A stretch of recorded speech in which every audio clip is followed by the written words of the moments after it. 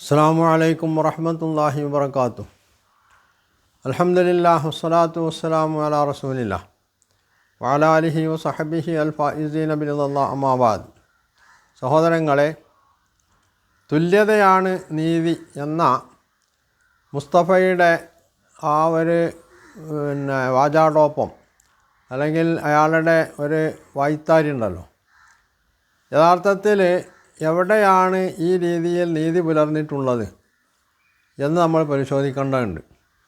ഇവിടെ മനുഷ്യരുടെ ഇടയിൽ, അതായത് മുസ്ലിം പെൺകുട്ടികൾക്കും ആൺകുട്ടികൾക്കുമുള്ള മാതാപിതാക്കളിൽ നിന്ന് കിട്ടേണ്ടുന്ന സമ്പത്തിൻ്റെ വിഹിതത്തിലുള്ള ഏറ്റക്കുറവുമായി ബന്ധപ്പെട്ടിട്ടാണ് ഇവിടെ ഇവരിങ്ങനെ ഒരു തലക്കെട്ട് ഈ ഒരു യോഗത്തിന് കൊടുത്തിട്ടുള്ളതെന്നുള്ളതാണ്. തുല്യതയാണ് നീതി എന്ന് പറയുന്നത്. യഥാർത്ഥത്തിൽ പ്രകൃതിയിൽ മനുഷ്യൻ്റെ കർമ്മങ്ങളാണിരിക്കട്ടെ, പ്രകൃതിയിൽ ഇതിൻ്റെ അടിസ്ഥാനത്തിലുള്ള നീതി ഉണ്ടോ?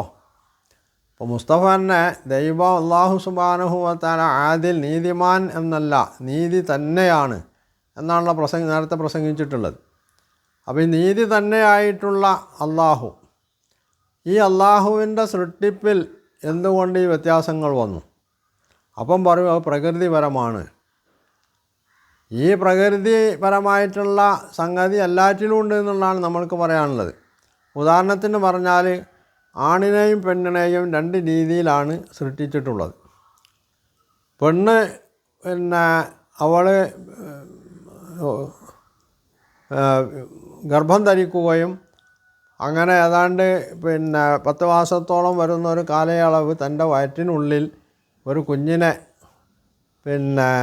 വഹിച്ച് അത് വളർച്ച പൂർത്തിയായി പുറത്തേക്ക് വരുന്നത് വരെ അതിൻ്റെ പ്രയാസം അവൾ അനുഭവിക്കണം. അതുപോലെ തന്നെ അവൾക്ക് മാസം തോറും മാസമുറ എന്ന് പറയുന്ന ഒരു സംഗതി ഉണ്ട്. എന്നാൽ പുരുഷനെ സംബന്ധിച്ചിടത്തോളം അയാൾക്ക് ഇങ്ങനെയുള്ള യാതൊരു അവസ്ഥയില്ല, ഇങ്ങനെയുള്ള ഒരു പ്രയാസവും അയാൾ സഹിക്കേണ്ടതില്ല എന്നുള്ളതാണ്. അപ്പോൾ ഇവിടെ അള്ളാഹു മനുഷ്യനോട്, ഇത് തുല്യതല്ലല്ലോ, ഇവിടെ മനുഷ്യനോട് അള്ളാഹു നീതി ചെയ്തു എന്നാണോ? തുല്യതയാണ് നീതി എന്ന് പറയുമ്പോൾ മനസ്സിലാക്കേണ്ടത്, അതോ അനീതി ചെയ്തു എന്നാണോ? അനീതി, അള്ളാഹു അനീതി ചെയ്യുമോ? വിശുദ്ധ ഖുർആനിൽ വിശ്വസിക്കുന്ന, ഇസ്ലാമിൽ വിശ്വസിക്കുന്ന ഒരാളെ സംബന്ധിച്ചിടത്തോളം അയാൾക്കൊരിക്കലും ഊഹിക്കാൻ പോലും പറ്റാത്തൊരു സംഗതിയാണ് അള്ളാഹു അനീതി ചെയ്യുമെന്നുള്ളത്. അപ്പം മനുഷ്യൻ്റെ ഈ ഒരു സൃഷ്ടിപ്പിലെ തന്നെ വ്യത്യാസം, യഥാർത്ഥത്തിൽ ഇത് അനീതിയാണോ എന്ന് ചോദിച്ചാൽ ഏതൊരു സുബുദ്ധിയും പറയുക അനീതിയല്ല എന്നുള്ളതാണ്. കാരണം സ്ത്രീക്ക് സ്ത്രീയുടേതായിട്ടുള്ള ഒരു സ്വത്വമുണ്ട്, പുരുഷന് പുരുഷൻ്റേതായിട്ടുള്ളൊരു സ്വത്തുണ്ട്.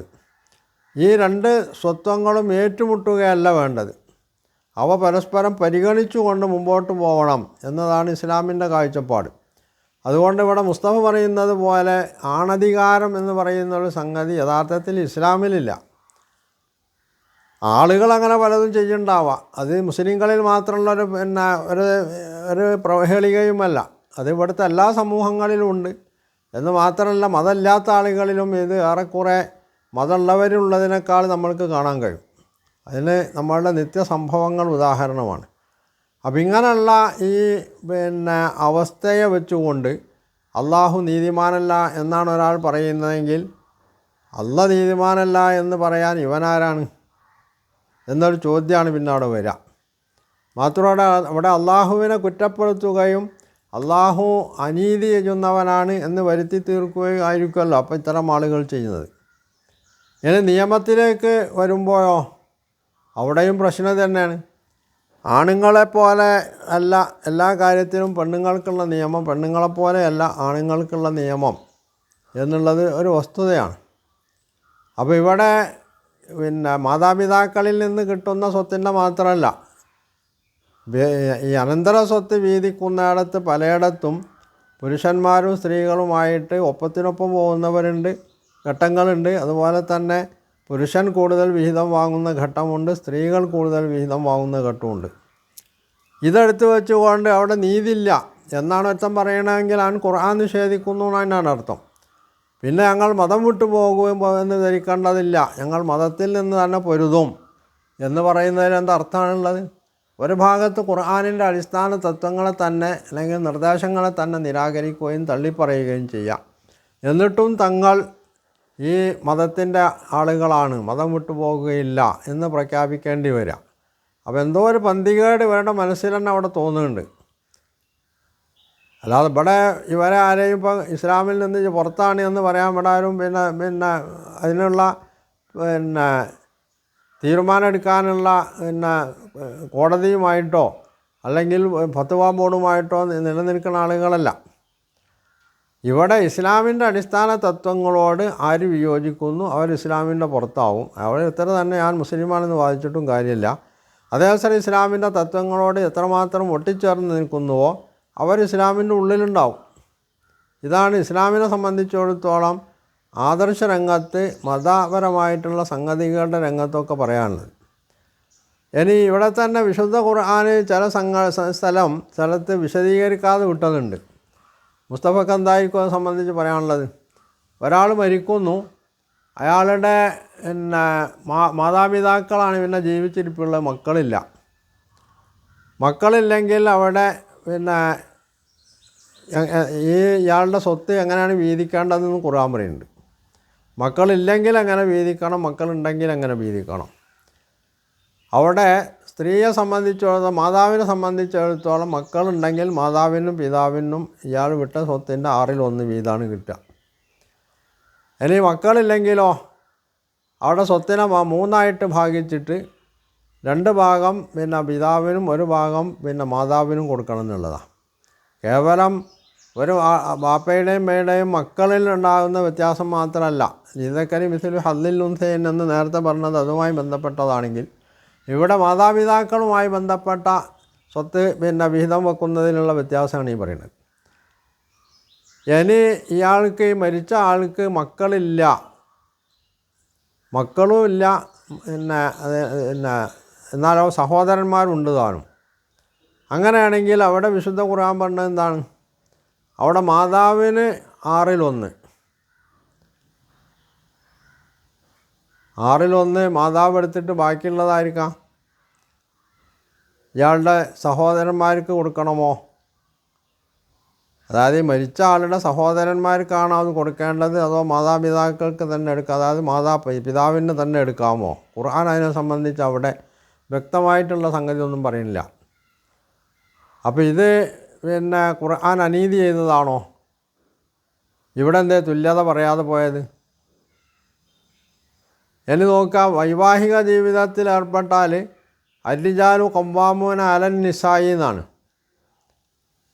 പുരുഷന്മാർ സ്ത്രീകളുടെ കൈകാര്യകർത്താക്കളാണ്. അവിടെ മുസ്തഫ പറയുന്നത് സെക്രട്ടറിമാരാണെന്നാ. സെക്രട്ടറി എന്ന് പറഞ്ഞാൽ പെണ്ണ് അധ്വാനിച്ച് കൊണ്ടുവരുന്ന സമ്പത്ത് എങ്ങനെ കൈയാളണം, അതിൻ്റെ കണക്കും രേഖകളും ഒക്കെ ഉണ്ടാക്കി വെക്കേണ്ട പണിയാണ് ഭർത്താവിനുള്ളതെന്നാണല്ലോ.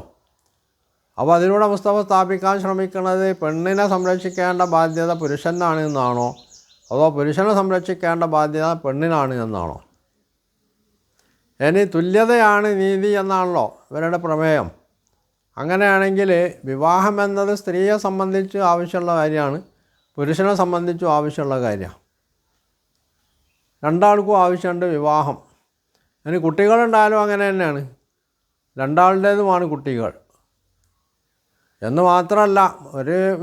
കുറച്ച് കടന്നു പറഞ്ഞാൽ ചിലപ്പോൾ ഇവർ തമ്മിൽ പ്രശ്നങ്ങളുണ്ടാകുമ്പം മിക്കവാറും മക്കൾ ഉമ്മയുടെ കൂടെ കയറും, ബാപ്പൻ്റെ കൂടെ അല്ല. അപ്പോൾ അവിടെ യഥാർത്ഥത്തിൽ തുല്യത ഉണ്ടോ? ഇനി ഇവർ കുടുംബത്തിൽ ചിലവഴിക്കേണ്ട സമ്പത്ത്, ആ സമ്പത്ത് യഥാർത്ഥത്തിൽ ആരാണ് ഉണ്ടാക്കേണ്ടത്, ആരുടേതാണ് അതിൻ്റെ ബാധ്യത?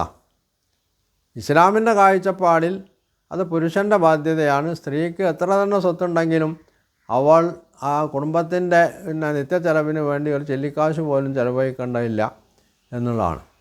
അപ്പോൾ രണ്ടാൾക്കും വിവാഹം ആവശ്യമുണ്ട്, രണ്ടാളുടേതും കൂടിയാണ് കൂട്ടായിട്ടുള്ള ജീവിതമാണ് വൈവാഹിക ജീവിതം എന്നാണ് വരുന്നതെങ്കിൽ ഇവിടെ തുല്യത ഉണ്ടോ? ഇവിടെ പുരുഷനെ ബാധ്യതകളൊക്കെ ഏൽപ്പിക്കുകയും സ്ത്രീയെ ആ ബാധ്യതയിൽ നിന്നും മുഴുവൻ ഒഴിവാക്കുകയും ചെയ്യുന്നത് എങ്ങനെയാണ് തുല്യതയായിത്തീരുക? അപ്പോൾ അവിടെ നീതിയില്ല എന്നല്ല പറയേണ്ടി വരിക. അപ്പോൾ അവിടെ മുസ്തഫ അല്ലെങ്കിൽ മുസ്തഫയെ പോലെ ഈ യോഗം സംഘടിപ്പിച്ചിട്ടുള്ള ആളുകളെടുക്കാം.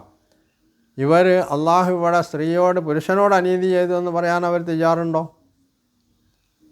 ഇത് ഏകപക്ഷീയമാകാൻ പാടില്ലല്ലോ. പുരുഷനോട് അള്ളാഹു അനീതി ചെയ്ത് കളഞ്ഞു. അപ്പോൾ ഇതിൻ്റെ പേരിൽ ഇനിയിപ്പോൾ പുരുഷന്മാർ സംഘടിക്കേണ്ടി വേണ്ടി വരുമല്ലേ? അങ്ങനെ ചിന്തിക്കണ്ടേ? അള്ളാഹു ചെയ്തിട്ടുള്ള ഇസ്ലാമിൻ്റെ ഈ അനീതിക്കെതിരിൽ ഇതാ പുരുഷന്മാർ സംഘടിച്ചിരിക്കുന്നു എന്ന് പറഞ്ഞിട്ട് പുരുഷന്മാർ സംഘടിക്കണ്ടേ? ഇവിടെ തുല്യത എന്ന് പറയുന്ന ഒരു സംഗതി ജീവിതത്തിൽ എവിടെയാണുള്ളത്? മനുഷ്യൻ്റെ കഴിവുകൾ, ഓരോരുത്തരുടെയും ശാരീരിക ഘടന, അതുപോലെ തന്നെ അവരുടെ കിളരം, അതുപോലെ തന്നെ ചില ആളുകൾ കുറച്ച് ഹൈറ്റുള്ള ആളുകളായാലും വേറെ ചില ആളുകൾ കുള്ളന്മാരായാലും വേറെ ചില ആളുകൾ ഇത് രണ്ടിൻ്റെയും മധ്യത്തിലാണ് ഉണ്ടാവുക. ഇവിടെ തുല്യത ഉണ്ടോ? ഇനി ബുദ്ധിശക്തി എടുക്കുക.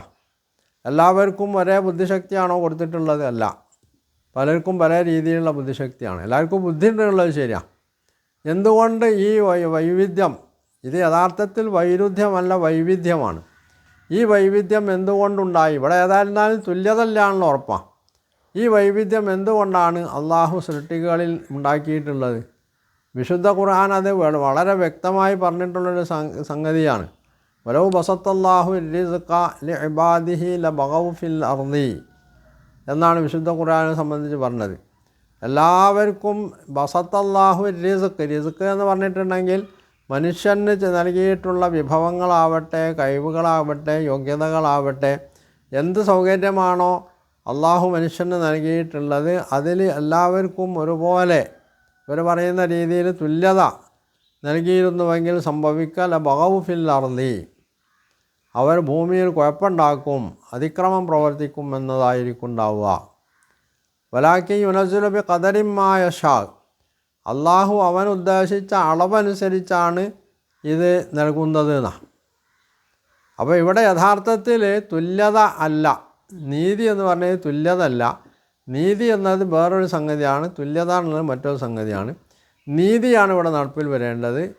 തുല്യത നടപ്പിൽ വരുത്താൻ പറ്റാത്തതെന്ന് പറഞ്ഞാൽ കഴിയാത്തൊരു സംഗതിയാണ്, അസംഭവ്യമാണത്. അസംഭവ്യമായ ഒന്നിനു വേണ്ടി വാദിക്കുക എന്നത് തനി വിഡ്ഢിത്തമാണ്.